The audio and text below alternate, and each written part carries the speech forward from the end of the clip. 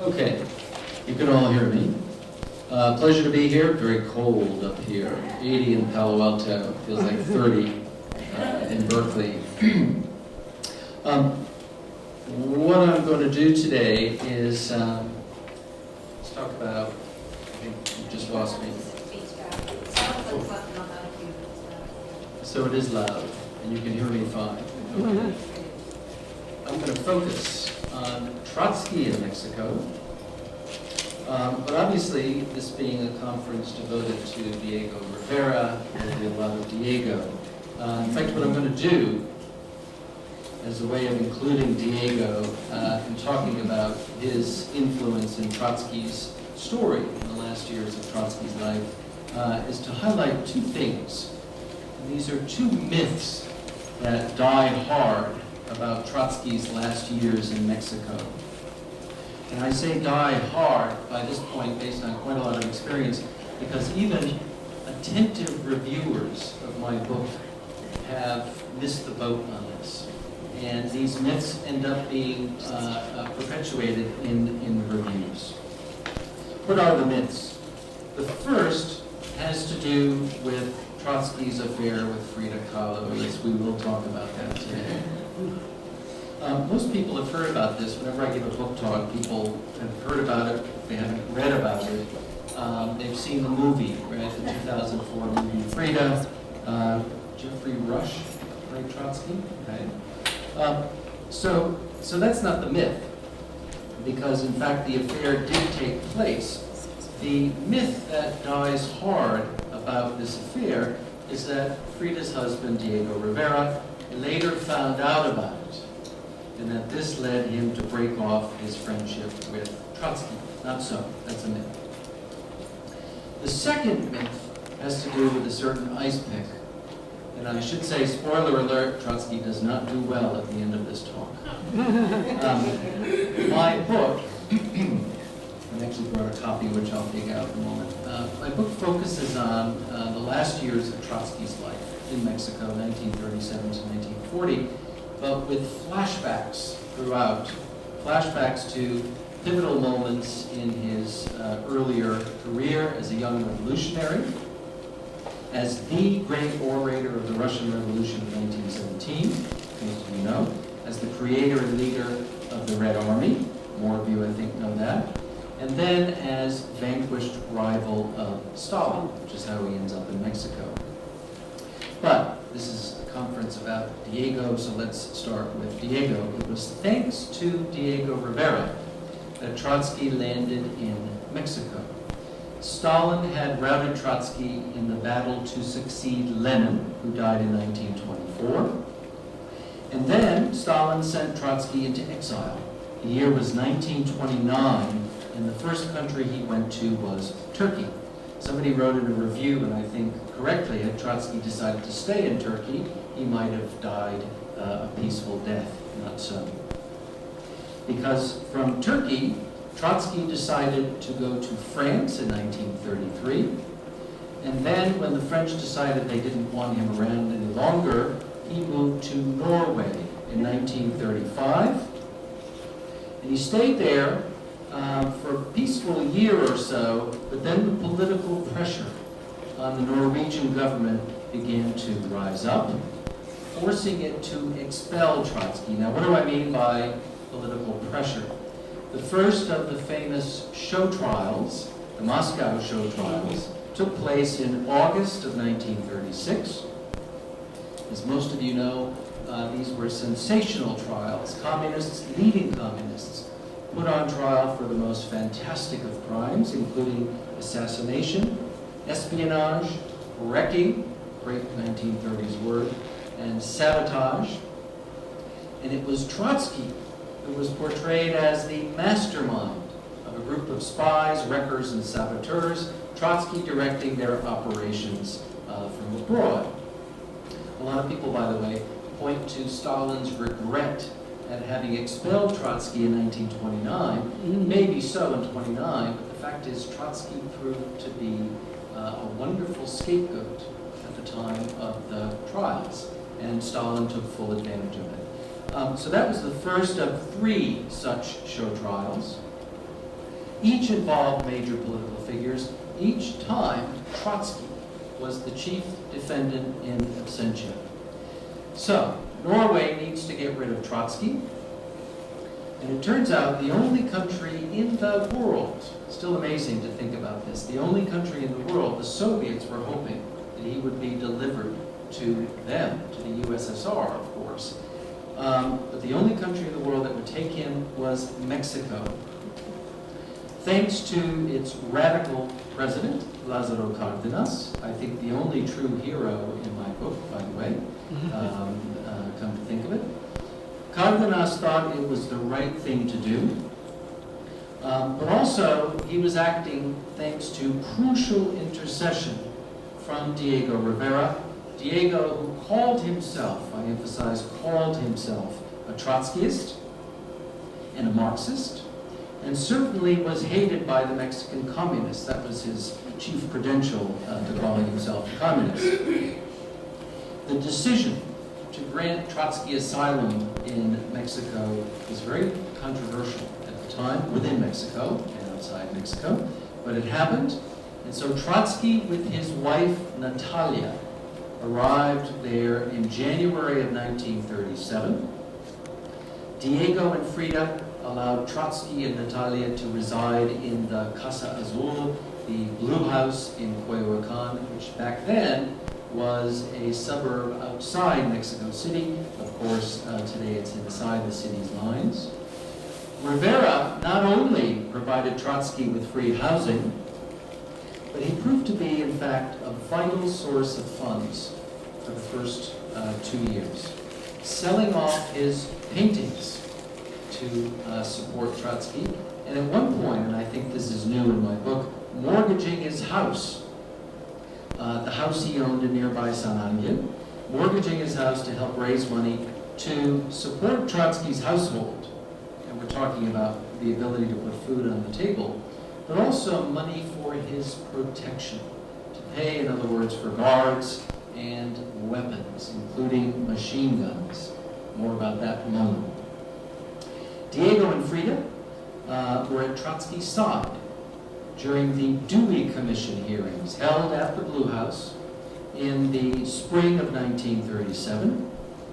The Dewey Commission being the independent inquiry into the veracity of the Moscow trials, led by the American philosopher and public intellectual John Dewey, which eventually, and it was December 1937, issued a verdict of not guilty. In other words, Trotsky was not guilty of the outrageous charges brought against him in Moscow. It was after the departure of the Dewey Commission in the spring of 1937 that Trotsky and Frida began their affair. Frida's extramarital liaisons were several. I wrote many. I crossed it out. I wrote numerous. I crossed that out. I didn't never know where to go with this. They were several. They were not few, let's put it that way. But they were nowhere near the number of her husband, who, as you probably know, was a champion philanderer. Trotsky's relations with Frida became known to Natalia, and for a while their marriage was threatened by this. They had a short separation, a godsend for a biographer or historian. Why? Because when they separated briefly that summer, they wrote letters back and forth, and we have those letters. So historians are able to use those as primary documents. In one of those letters, Trotsky wrote some shockingly explicit sexual language, as he seems to be defying advancing old age at that time, although in the spring of 1937, Trotsky is all of 57 years old. Now, from where I'm standing, it doesn't look that old. He was called the old man, and at times it seems that sort of went to his head in the wrong way. But anyway, also something of a hypochondriac. I don't use the word in the book. Actually, I did in a draft, and my editor, for reasons I didn't ask him about, took it out. But I think that this is the case with Trotsky. It was during that separation, in the summer of 1937, that Trotsky and Frida decided to call a halt. Now, there's absolutely no evidence that Diego found out about any of this, either at the time or later on, when the friendship between Trotsky and Diego disintegrated. In fact, I say this outright in the book, that Rivera discovered that his wife was having an affair with Trotsky, the great Russian revolutionary, his hero, the man, after all, he had arranged safe haven for in Mexico. Diego might have ended Trotsky's life before Stalin's assassin had the chance to do the job. Why? Because Diego was also famously jealous. Right? That comes out in the film as well. Not only that, but he had a habit of threatening people with a gun in his hand. And this was in the 20s and 30s. It's not a habit he continued after the war, but he did it quite a bit through this period. For now, the friendship between Trotsky and Diego remained strong, in fact. It was Diego who broke the news to Trotsky in February 1938 that Trotsky's older son, also named Lev, Lyova as a nickname, Lyova had died in a Paris clinic after an operation to remove his appendix. We will probably never know whether foul play was involved on the part of the Soviet secret police, the NKVD. But Trotsky had to assume that this was the case. And he did, as did Natalia. Trotsky's other children were by now all dead or had disappeared. A daughter died of natural causes in the USSR in the 1920s. That was Nina. Another daughter was a victim of suicide in Berlin in 1933. And a younger son, Sergei, had been arrested in Moscow. His parents didn't know that by this time he had been shot. They guessed that as well, though. Other family members and comrades of Trotsky's endured a similar fate, as did most of the people in the Trotsky movement. This was, after all, the period of the Great Terror, as you know. In fact, Trotsky's Paris organization, where Lyova's son Lyova worked, that organization had been penetrated by the NKVD. Son Lyova's closest confidant, it turns out, was an NKVD agent. Ended his days, by the way, here in San Francisco. More about him in the Q&A, maybe. So it is conceivable that Lyova's death was murder. Beginning especially in 1938, Trotsky had to worry about the NKVD not only in Paris, but in Mexico. Why was that? Because the Spanish Civil War was underway, and Spain had become a major, in fact, the major recruiting ground outside the USSR for the NKVD. And as General Franco's Falangist forces rolled to victory, Mexico became a haven for refugees from the war, defenders of the Republic, but they also included NKVD agents, or at least, for sure, Stalinist sympathizers. Diego's help in building up the defenses at the Blue House and in hiring guards, buying weapons, was critically important. Those guards were mostly Americans, most of them from two places, two cities. The first one most people assume, New York, and the second one usually elicits, sort of reaction of surprise. The second one, Minneapolis. Right? Why Minneapolis? That's where the Trotskyists had put down roots among the Teamsters organization. 1934 was a real violent year in Minneapolis because of labor strife, mostly on the part of the Teamsters, and that's when the Trotskyists were able to gain support. Some of those Teamsters came to Coyoacan to serve as guards. Despite Diego's generosity, there was a severe shortage of funds, not only for Trotsky's protection, and even to feed the guards, to feed the household. In fact, I would say the one kind of shocking fact that I kept running into time and again when I was researching the book is that fact. They're always running out of money. It's sort of scandalous. Also, and relatedly, the poor quality of the guards, of some of the guards, is quite scandalous. One keeps asking oneself as you read the book or you research, as I was researching the book, is this the best that Trotsky could do? Is this the best that he could attract? Well, it's the most they could pay for, it turns out. Trotsky himself was constantly complaining about the quality of his guards, and at a certain point, he really begins to resist being guarded, and I think is a very important part of the story. The papers, Trotsky's papers are at Harvard. Hold your fire. It's just Harvard University. It's just a university. If I say that at Stanford, I get hisses. Trotsky's Exile papers, the ones that include Mexico, also France, Norway, and Turkey, also at Harvard. So to do the book, I spent some time there. But what we have at Stanford, at the Hoover Institution archives, are some wonderful things, without which I really couldn't have written the book. The papers of the Socialist Workers' Party, SWP, that's the Trotskyist party at the time. When the Soviet Union fell in 1991, the SWP gave the papers relating to Trotsky to the Hoover archives. It's an enormous collection, hundreds of boxes, including stuff Harvard does not have. See that? Yeah, now you're learning. It's Stanford, they'd be on their feet, actually. We also have, it's interesting, you know, Hoover, you think Hoover Institution, right-wing think tank, right? And Dick Cheney's coming to get you, that kind of thing. Well, that's all true.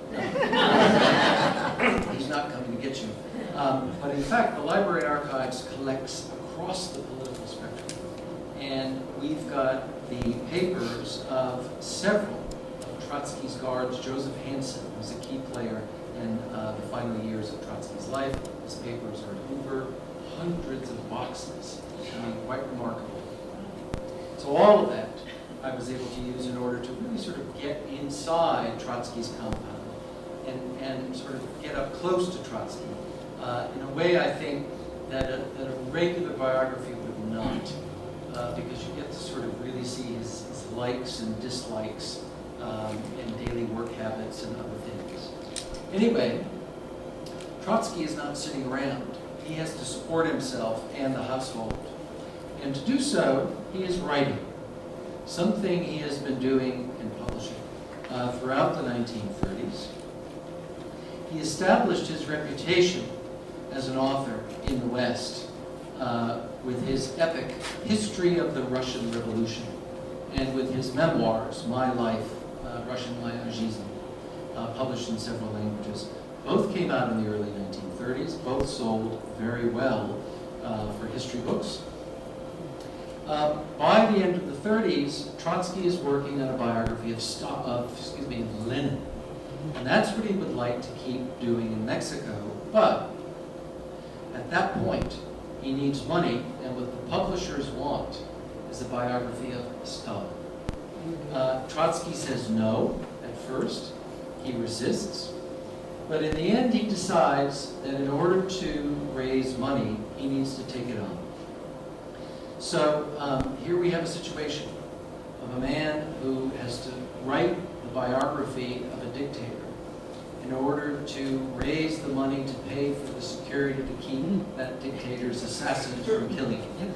Ultimately, he's not successful, but I think it's a fantastic little circular thing. Now, Trotsky gets off to a fast start in 1938 with this biography, but the work becomes bogged down when Trotsky reaches the part of the story where Stalin and Trotsky face off in Soviet Russia after 1917. So the part of the story that Trotsky had trouble facing up to. In fact, Trotsky gets a serious writer's block. And, interestingly, for those psychobiographers who think that Trotsky lost out to Stalin in the battle to succeed Lenin because he had these weird illnesses that appear to be psychosomatic, why now, in 1938, when he gets writer's block, do we see a return of this mysterious illness that he suffered from in the 1920s? Fatigue, lethargy, high blood pressure, loss of appetite. Only the fever that he was plagued with in the 1920s was absent in 1938-39, but otherwise it's the same deal. Most of the biographies point to the fact that at the critical moments in the battle with Stalin, Trotsky was paralyzed. Paralyzed because he was sick in bed with a fever. Most, I think, biographers think there's something fishy there, something behind this, something psychological at work. In any case, the entire situation I've described to you, the pressure for funds, the health concerns, the worst thing, of course, the publisher and agent on his back. We all know what that's like. All of this becomes worse in the fall of 1938 when the friendship between Trotsky and Diego begins to fracture. Now, despite what, again, some very kind reviewers of the book seem to still believe, this has nothing to do with Frida. Frida, at the time, as most of you know, was away in New York. This is the end of 1938 and the beginning of 1939. It was her first solo exhibit in a New York gallery. And then she went on to Paris, sponsored by André Breton, who claimed her for the Surrealists, and she exhibited her work there as well in winter. She hated it, but nonetheless, it got her some attention. So Frida is not in the picture. In fact, I would argue that Frida's absence made Diego, many people think this, a little bit unhinged, become unhinged. Frida anchored him, centered him, is the words they didn't use back then, we use now. And she was gone, and he felt a little bit, I think, adrift. I argue in the book that, in fact, the friendship was destined to go sour. It's built in, it's structural, as they say.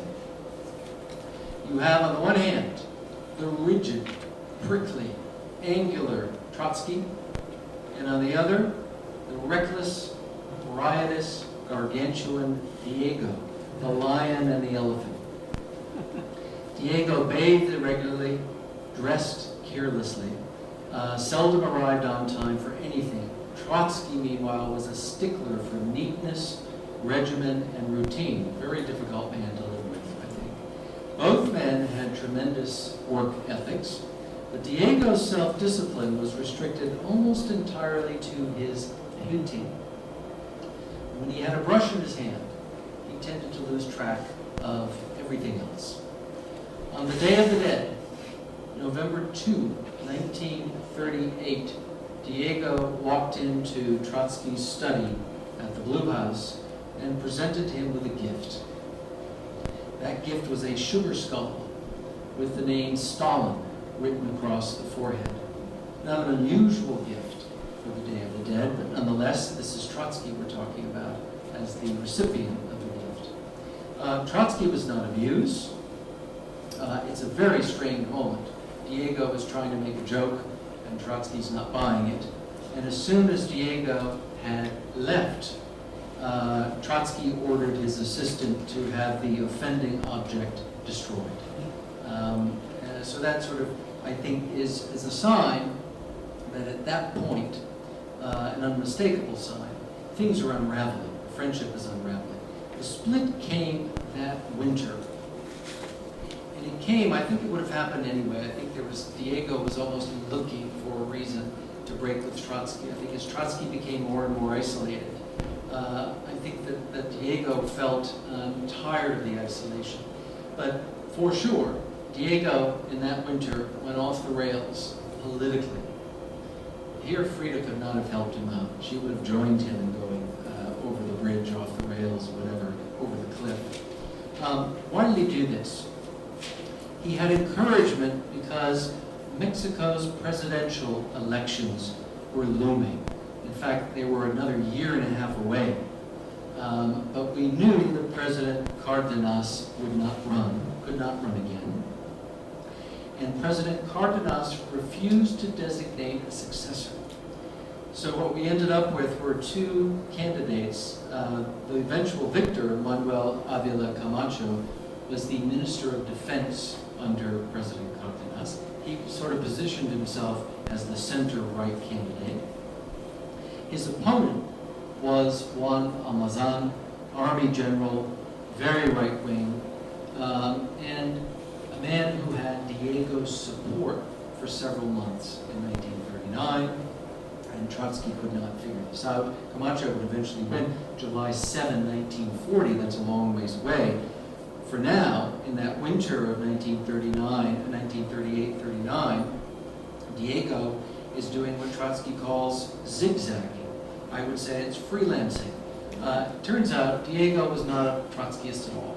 In fact, not a Marxist. Diego, if you know this, I think by studying his murals, Trotsky should have known better. Diego was a populist. And anyway, at this point, Trotsky felt he had no choice, given that Diego was doing this very publicly, and that Trotsky was associated with Diego. Trotsky had to move out of the Blue House. Now, he did this with great reluctance, because you can't find, it's not easy to find a villa of the type that he was living in the neighborhood, or anywhere else in the vicinity. Also, all the money that had gone into the defenses of the villa, of the Casa Azul. How do you find the money to repeat that elsewhere? But they did find something, and only a few blocks away. Today you go to both museums, the Trotsky Museum and the Frida Kahlo Museum, the Blue House. Trotsky moved in May of 1939. Trotsky and Diego would never meet again. At this point in the story, another of the big three Mexican muralists, David Alfaro Siqueiros, enters the story. Footnote, and a very interesting one.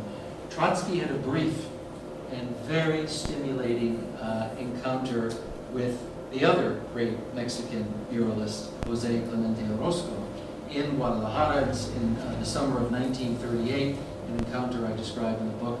Trotsky at that point was tired of Diego and I think ready to latch on to Orozco as the great thing.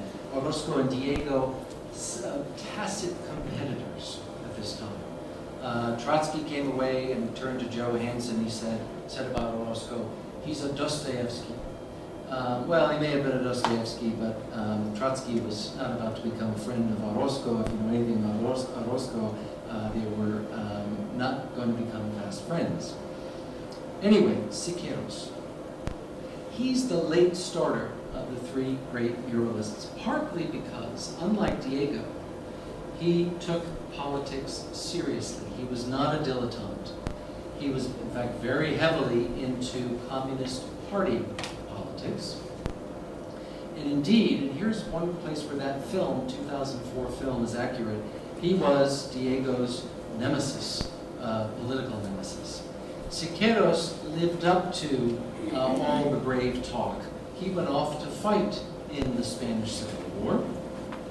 It is said, it's impossible to prove it, but it is said that he commanded a brigade in Spain, then a division of the Republican Army, attaining the rank of lieutenant colonel. We do know that for a fact.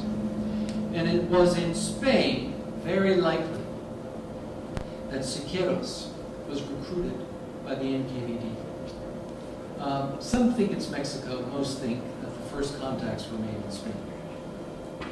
After Siqueiros returned to Mexico from Spain in January of 1939, he began work on one of his most important murals.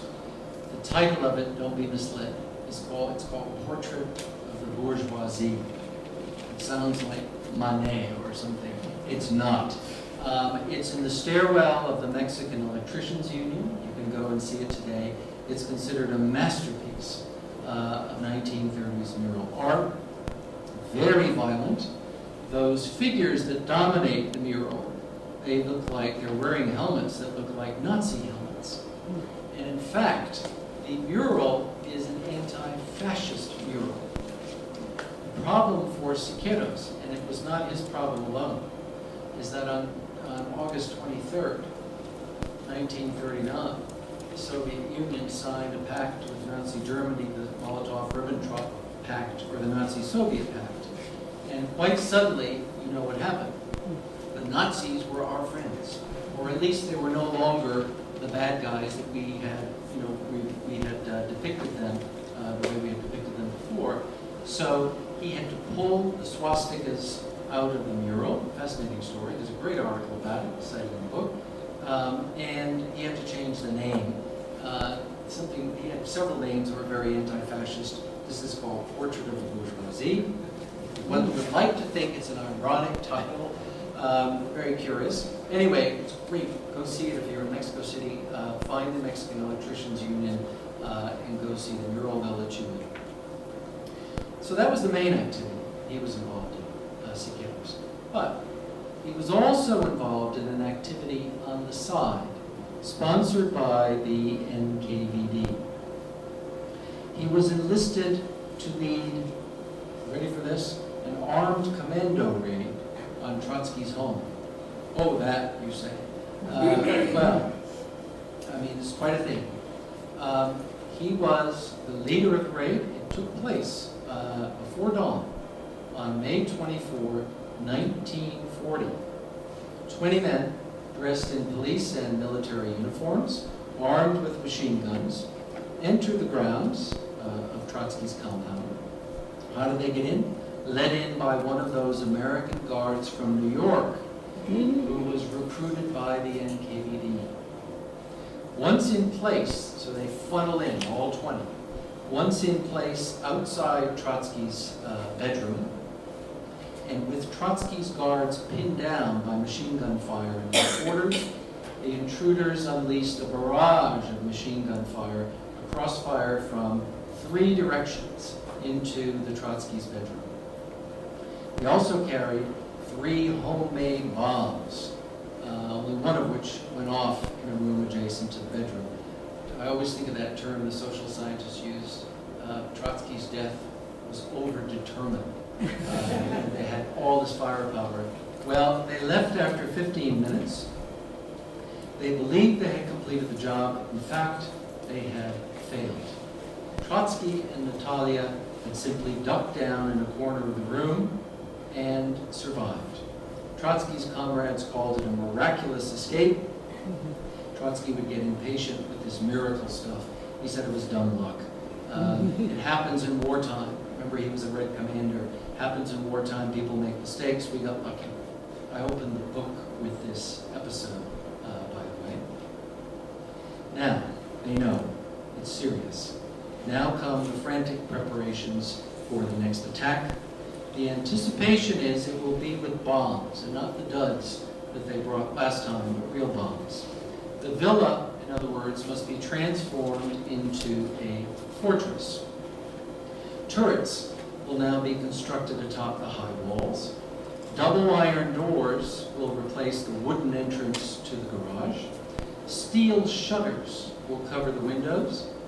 Bomb-proof wire netting has to be raised, and barbed wire barriers are going to be moved into position.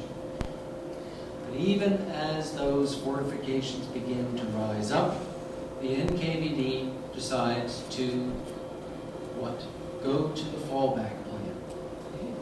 The assignment of liquidating Trotsky, and the orders came from Stalin himself, would be entrusted not to a commando operation that failed miserably before, but instead to a lone operative who would manage to penetrate Trotsky's inner circle.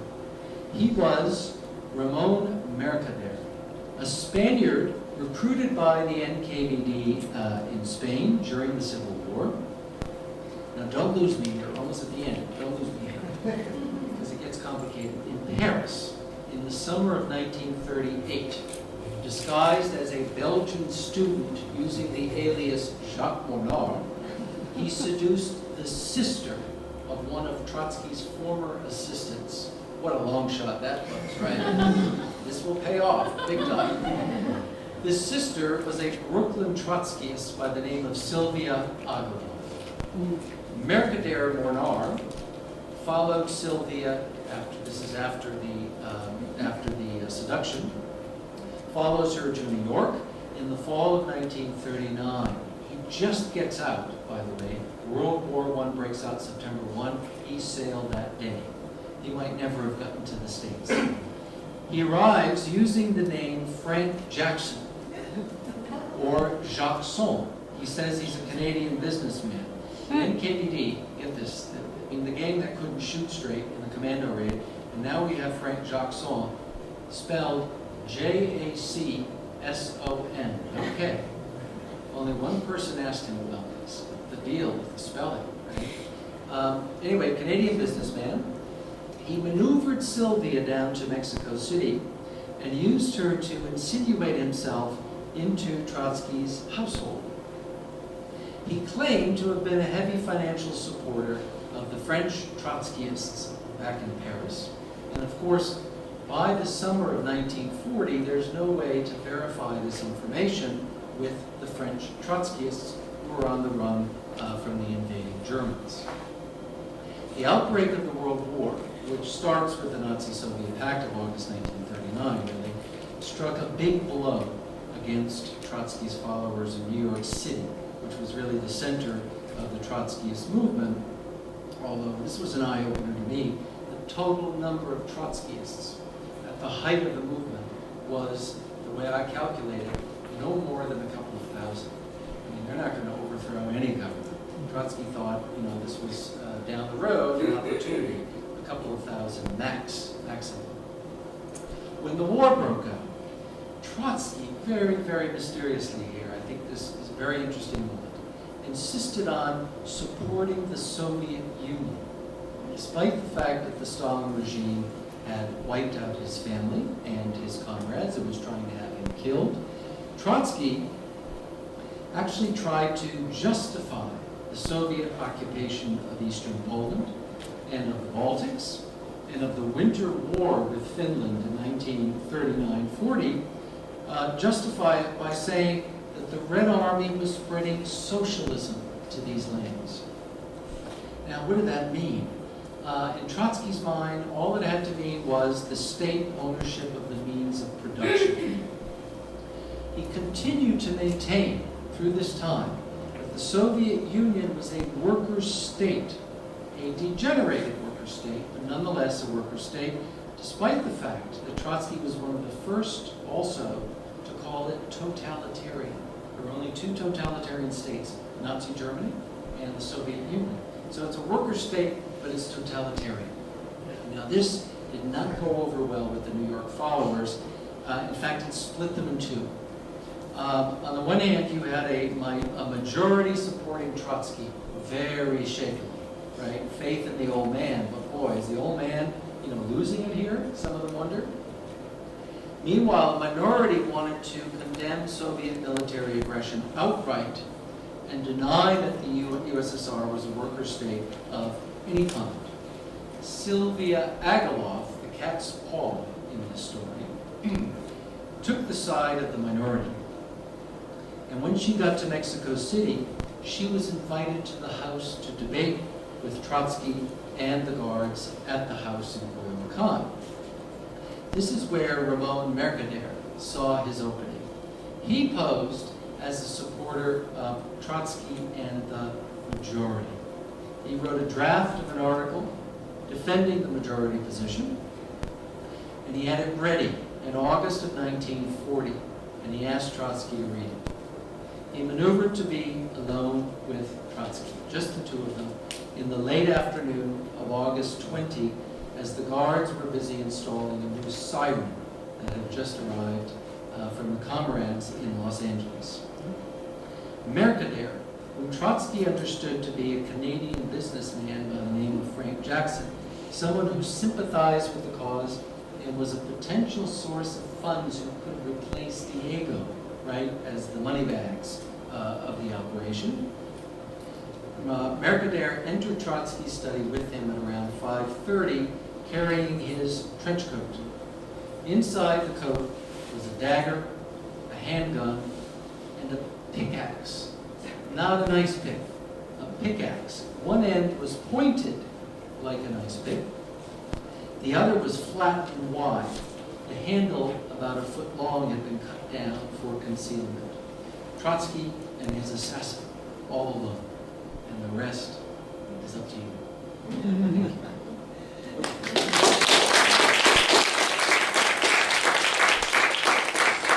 Now we have time for questions and comments and expressions of outrage. Let's start with Will. A question about Sheldon Hart. Oh, yes. You saying he was an agent? Yes. Robert Sheldon Hart was the son of a very successful businessman in New York City, apartment overlooking Central Park, and he became a Trotskyist, or else he drifted into the Trotskyist organization. But Hart was enlisted in New York by the NKVD. Now, when the raid took place, Robert Sheldon Hart disappeared. He left with the attackers, right? The Mexican police, the investigators thought, they concluded within about 10 minutes that Hart was an accomplice. Trotsky refused to believe it, shed tears for Hart. They found the body a couple of weeks later, and when they found the body, he had been shot in the head. Trotsky said this proves that Hart was, in fact, a victim. In fact, I think Trotsky knew at some level it proved no such thing. In fact, Hart was a doomed man as soon as he left with his assailants. And we know that he was murdered by, we know which two of the group, the commandos, committed the murder. And in fact, Trotsky was so insistent that, and think about it, if he admits that Hart had sold out to the NKVD, what does this do to morale among the others in the house? So Trotsky dug in his heels and in fact put up a plaque inside the compound, near the guards' quarters, in fact near the garage where Hart was stationed that night. And it says, to Robert Sheldon Hart, murdered by Stalin. And it gives the date, May 24, 1940, or whenever the date they put is, right? That plaque is still there. And even though we know that Hart was an NKVD agent, when did we find out? Only in the 1990s, when the Soviet archives began to open up, but most definitely from the Venona files. You may know about the Americans intercepting Soviet communications, and we used the code name Venona. Those were published in the early 1990s, and we learned that Robert Sheldon Hart had the code name Amur, not as in French for love, but as in the large river in Siberia, A-M-U-R. Since that time, there have been memoirs coming out of the Soviet Union, coming out of the former Soviet Union, coming out of Russia, which confirm that Hart was in way over his head. He was not told they were going to kill Trotsky. He was told they were coming in to burn his archive because he was writing an evil book about Stalin. And he was a true believer in Stalin. When his father went into his room, when he learned that he was missing after the assault, he found a portrait of Stalin on the wall. I should have told him everything they needed to know. Yes, sir. Did your research give us anything to what happened to Mr. Ramona America there afterwards? Question about what happened to the assassin, Ramona America, there afterwards. Some of the reviews of the book say, gee, this is good, but why didn't you do more with this? You could have followed it. You could follow that story as a whole, as they say, another book, right? You could continue the story. America there, in the epilogue I talk about this, insisted that he was in fact Jacques Morneau. He said, okay, that stuff about Frank Jackson, I made that up, sorry about the typo, but I'm really Jacques Morneau, the Belgian. And he insisted on this all the way through. And very good he did, because when they awarded orders of Lenin in the Kremlin after the assassination took place, Stalin said, this is in the blog, Stalin said, look, let's not give one in absentia to Mercader. Let's see how he behaves himself in prison. In other words, if he sells out, confesses everything, no order of Lenin, no Red Star, and so on. So he sat there. He had a 20-year sentence. At one point, though, is this in the epilogue or not? I think it is. His mother, who was involved in this, returned to Mexico and tried to make contact with him and ruined the plans of the NKVD to spring Ramona. And he apparently never forgave her for this. This was in the late 40s when he was allowed, that the Mexican officials, prison officials, let him take walks, let him go outside the prison. Just sort of bizarre. Anyway, he sat for the entire time. They let him go like 4 months early because they knew there would be a media circus outside the prison if they kept him right till the day he was supposed to leave. He flew first to Czechoslovakia, a couple of days there, then the Soviet Union, and within a week's time, he was awarded the Order of Lenin and the Red Star in a secret Kremlin ceremony, and those awards were pinned on his chest by Leonid Brezhnev, who was the #2 man at the time, right? It's Khrushchev, who's still General Secretary is, until 1964. So Ramon gets his wish, but then comes, I could not get into this, I mean, it's a very fascinating thing. Then he realizes, I'm stuck here. He's never been to Russia, despite what all the spy books have said. He did not go train there. He's never been there. His mother had been there. He doesn't want to see mom. And he has a very difficult time. He's isolated. He doesn't speak Russian. He doesn't understand the culture. Eventually, he moves to Cuba, and that's where he dies. But that's only in the 1970s, so he spends a full decade there. So fascinating story, what happens to America there. Yes? Can you go back to the scenario where all these people are trying to kill Trotsky, his wife in the bed, and they miss him? I see them all shooting through the doors. It never occurred to anyone to look. Well, They weren't sleeping down the street, were they, or something like that? okay, I hesitate to give so much away, Oh, okay. because then you'll say, Well, I'll read the book anyway, because it's really that's exciting. what I want to hear. I mean, it's very exciting, but it's such a movie scene that you can't believe that this could actually, I mean, there must have been adults Well, that's, in the end, with that much when the ammunition. newspapers published scenes of the bedroom, which showed actual, the gunshots had gone up on the ceiling and very high up on the walls, then people, NKVD type said, who on earth did we hire to do this job, right? One guy with a machine gun was outside the room firing through the windows, okay?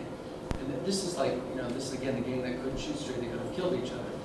Two came through doors, fired through doors on either side of the hallway.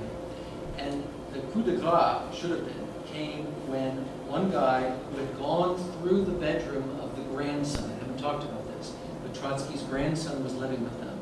And he's very lucky, because that guy fired through the mattress, fired at the mattress, and the grandson was underneath the mattress, under the bed, and he got shot in the big toe.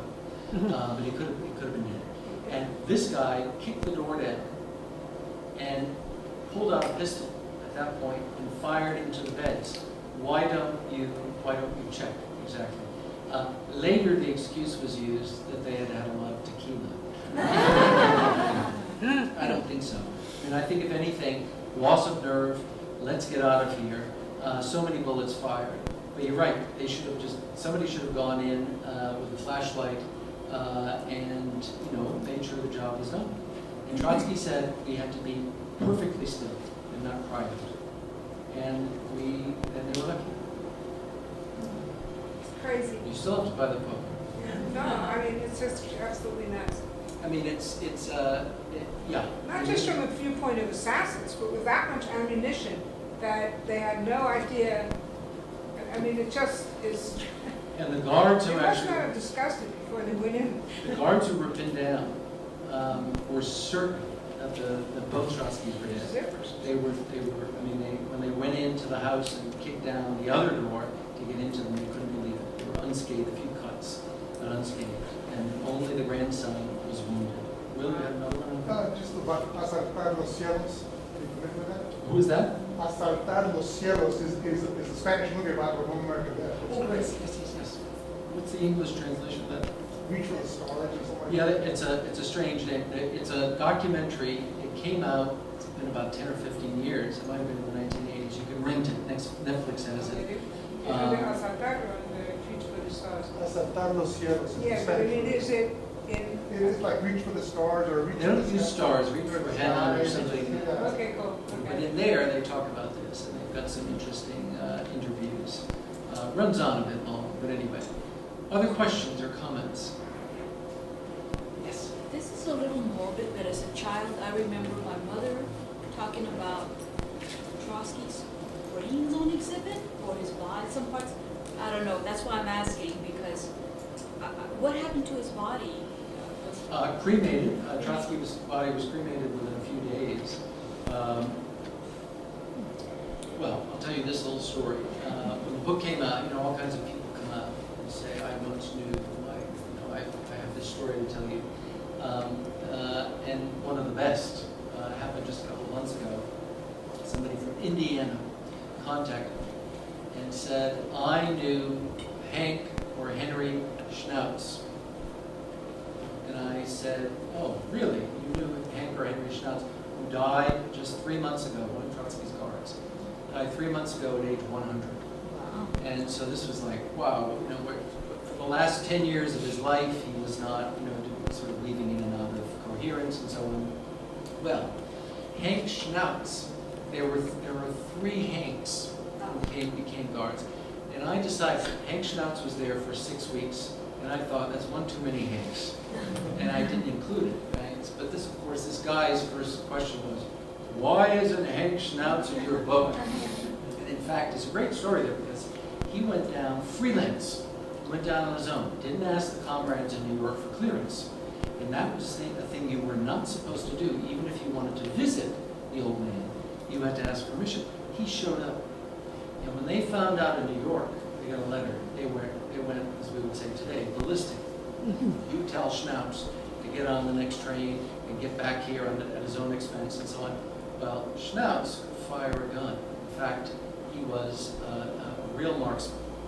He was also the son of farmers, or as Trotsky said, the son of peasants. Trotsky thought, this is real working class here, right? Now we have peasants and teamsters, and Trotsky wanted him to stay. So he did stay. Anyway, the information from Evansville, Indiana, is that Hank Schnauz left behind photos and left behind his diary. And this guy sent me this stuff electronically. If I had had that stuff, especially the diaries of those last few months, it would have been the 3rd Hank in the book, right? But to get to your question, the other thing that he has, which is soon to be here at Hoover, if you look, do you know who David King is? He does these books, these picked photo books. He did a book called The Commissar Vanishes. Yes. Where you see the before and after, comrade so-and-so, Yeah. and then the Stalinist got a hold of it, and so-and-so gets airbrushed out. David King is an old-time Trotskyist. I met him back in the 80s, and he's done picture books of Trotsky. He's got a new one out since The Commissar Vanishes. Always gets great reviews. Anyway, David King has the best photographs of the murder scene. And you see the Trotsky's desk and newspapers on the floor, and one in particular is the front page of Excelsior that day. It's just blood and brain matter all over it, whatever. Well, he's good. He kept the newspaper, that newspaper. So, I mean, it's sort of, okay, I feel guilty about getting excited about a bloody newspaper, but a piece of history and suddenly comes your way. Anyway, that's on its way to the Hoover. But your question, you started out with. It's just that as a child, I remember my mother saying I don't know if it was in her travels to Mexico, but she said something about his brains being on exhibit, Trotsky.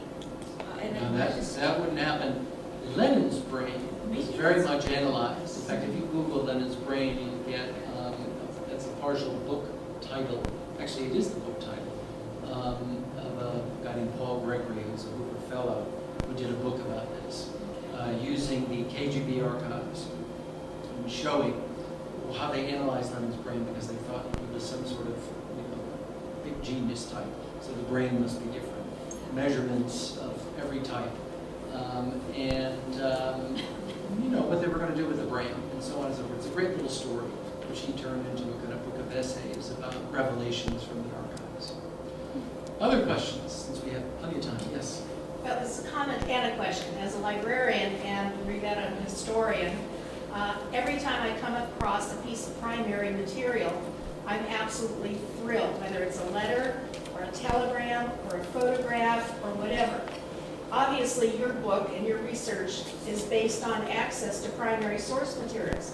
But what are historians going to do in the next generation where everything is email?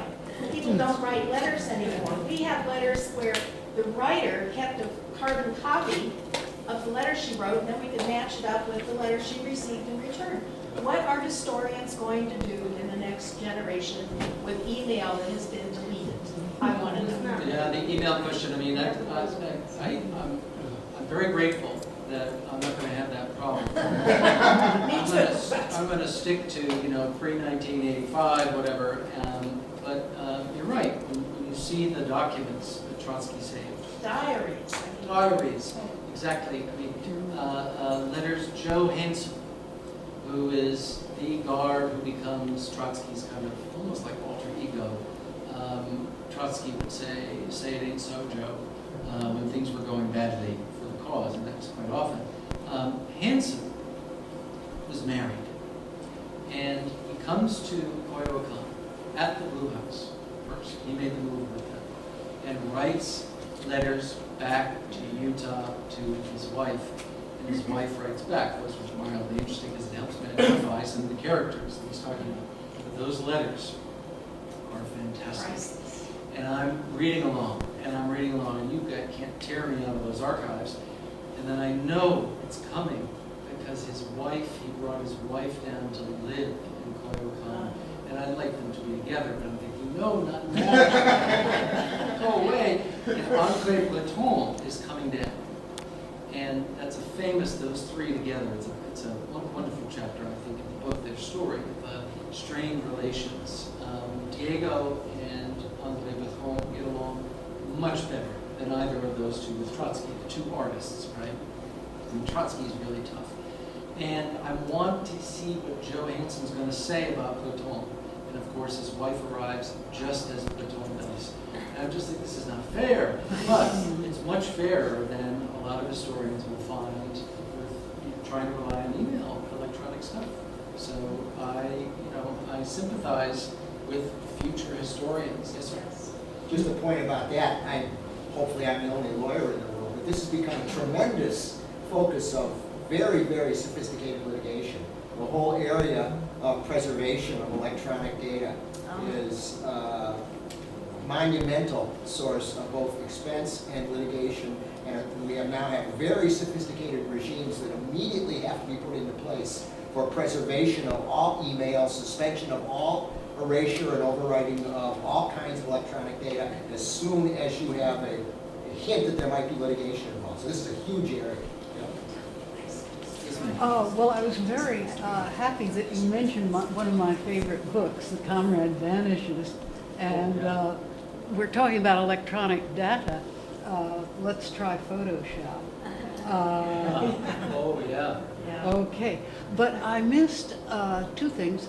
First off, did the same photographer, King, take pictures of the room? Is this in a book? David King is a collector. Oh, okay. Very, very British. Very idiosyncratic kind of guy. You have to be a fanatic to do what he does.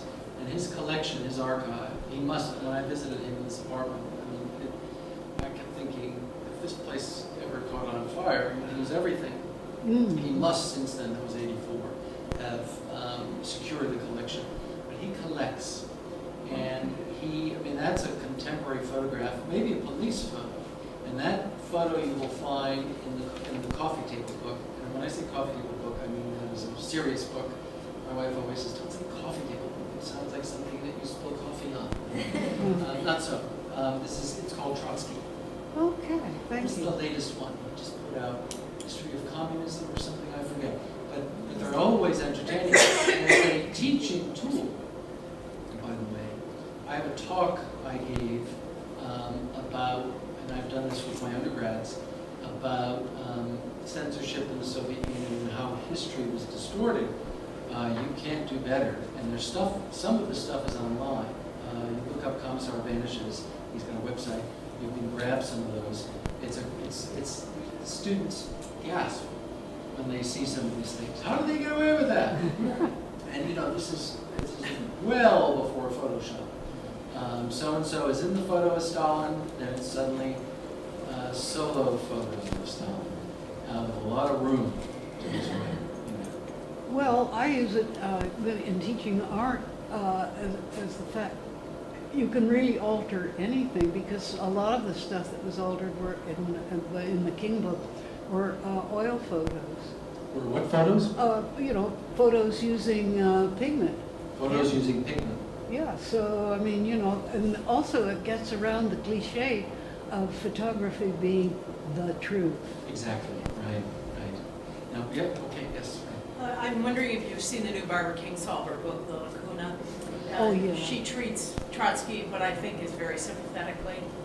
Yeah, I can't bring myself to read it. I was, when it came out, same publisher, Harper, and I read reviews, and I read reviews enough to tell me her protagonist is a young American, right, who's one of Trotsky's guards.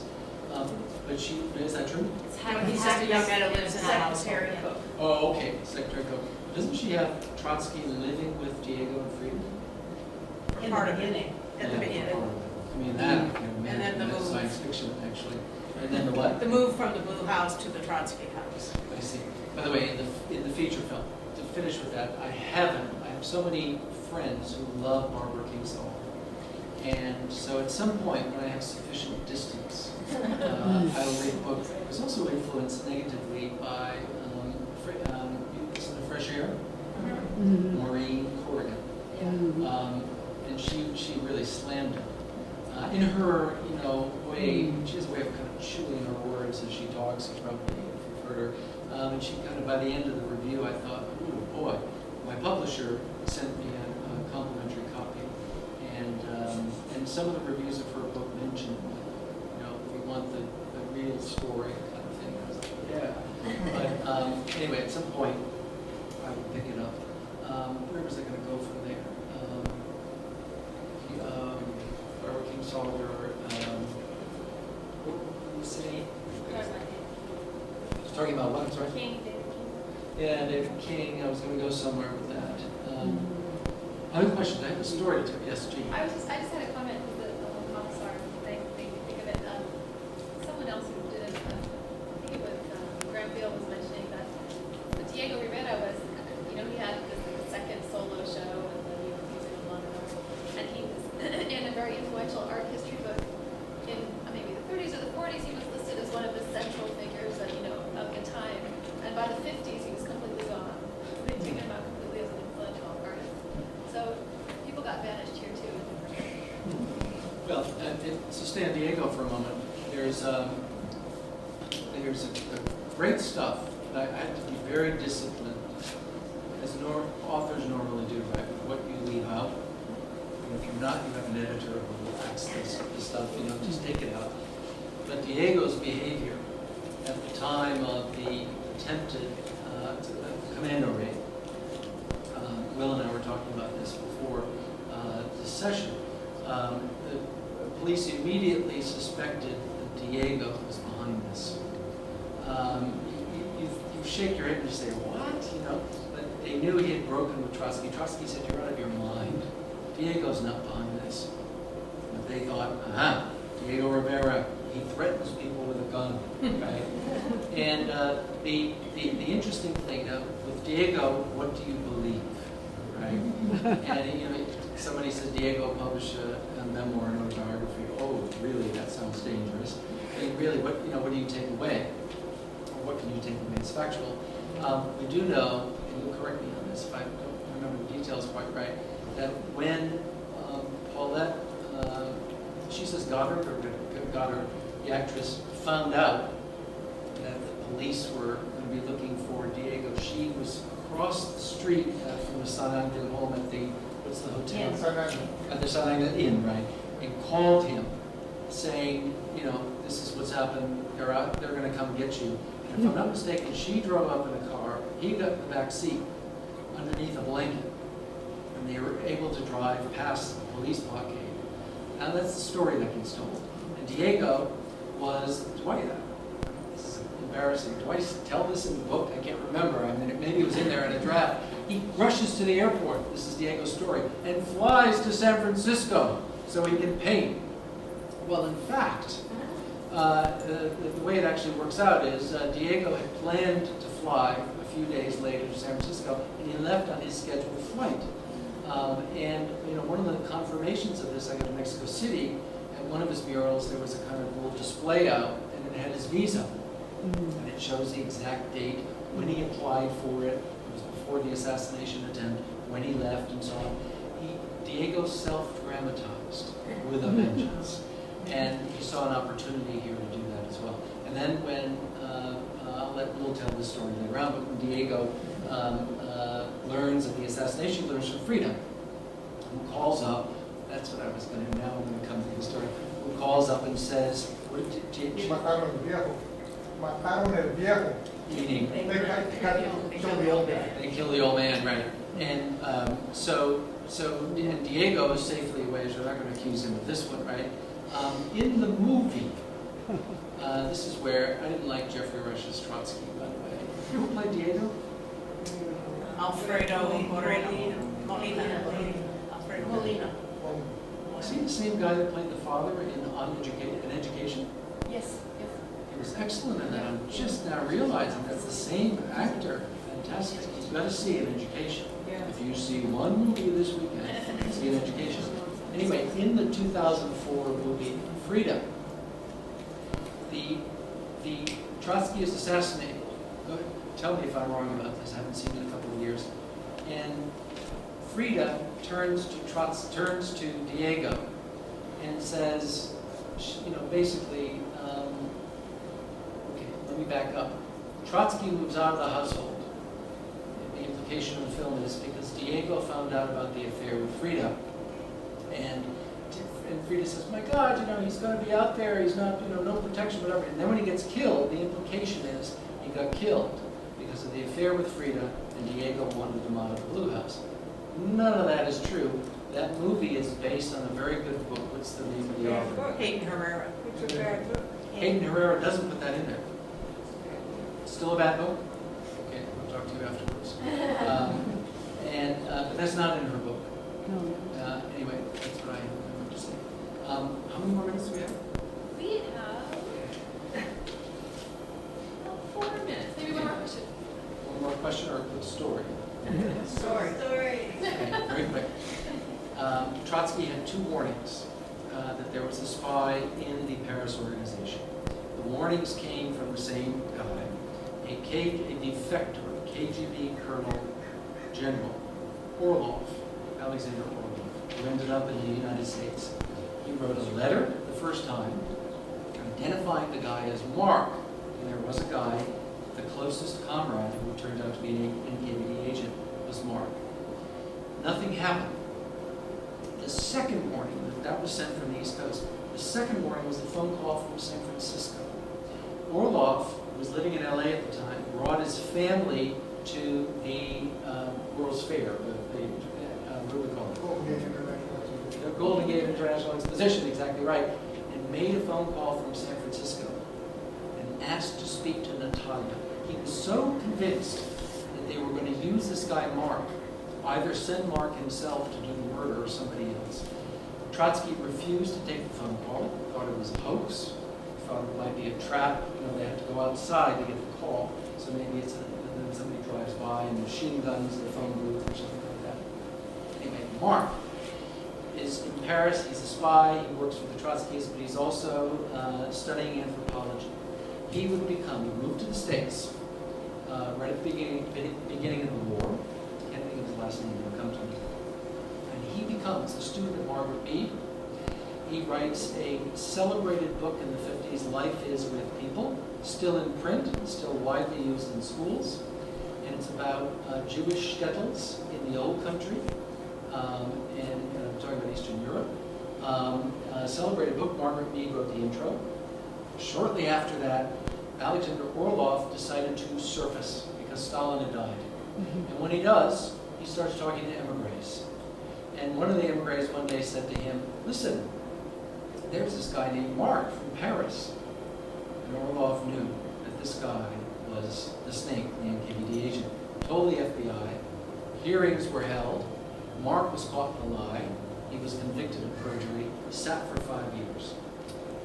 Then he got out, settled in San Francisco, I forget the institution, but he taught anthropology here. All through that time, Margaret Mead and all the others signed petitions saying he's a victim of McCarthyism. There was no such thing. And anyway, Mark, I think Mark's last name, but he died in 1989 in his sleep, and never paid a price for that. I always wondered, did some Trotskyists think of going after the rebel? That's the little story. Final quick one, we got 45 How many minutes. languages do you read? When you performed the research for this book, certainly it wasn't performed only in English. No Spanish on this. I had help with that. English, English, French, German, Russian. And because of the Mexican milieu and the New York comrades being so important, English was more important than you would think. It was vital. Trotsky had to do everything in English. His English became pretty good. Really? Oh, interesting. Couldn't say Joe.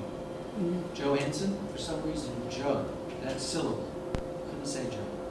Russians have trouble with, I've heard Russians say Joe, but he had trouble saying Joe. Anyway. They say Joe Stalin. They say Joe, they say Joseph. Okay, folks. Great.